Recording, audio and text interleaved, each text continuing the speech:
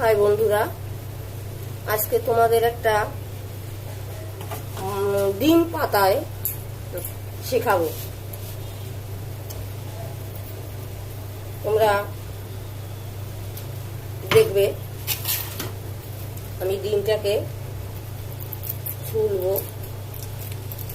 সিদ্ধ করে নিতে হবে প্রথমে, ভালো করে সিদ্ধ করে নিয়ে আমি ডিমটাকে ছুলবো। ডিমটাকে ছুলে আমি ডিমটাকে, আমার এখানে একটা দড়ি বাটা থাকে সবসময়, একটু মুছে নিলাম।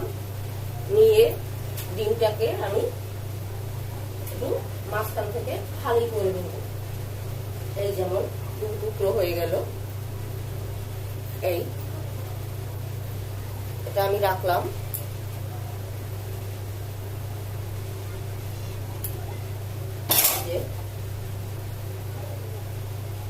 আমি অবশ্য 5টা ডিম সিদ্ধ করেছি।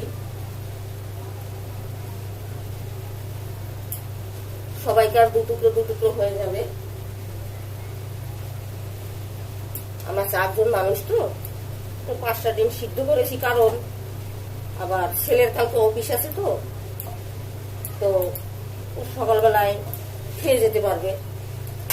অত সকালবেলায় ভাত তরকারি টিফিন সবকিছু তো করা যায় না, তাই আমি একটা আলাদা পাত্রে এই রেখে নিলাম। রেখে নিয়ে এই পাতাটায় আমি একটু কলার পাতা, এই পাতাটা তোমরা হয়তো দেখতে পাচ্ছ না, আমি একটু ঠিক করে দেখাচ্ছি, দেখতে পাচ্ছ কিনা জানি না। একটা কলার পাতা, এই যে এটা একটু তেল মেখে নেব। এই যে কলার পাতাটা একটু তেল মেখে নিলাম।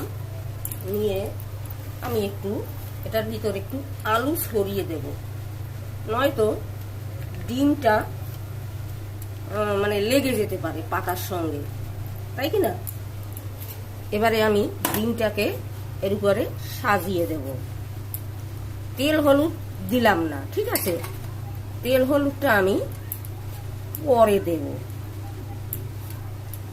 এই যে আমি এক এক করে পরপর করে ডিমটাকে সাজিয়ে নিলাম। এই এবারে আমি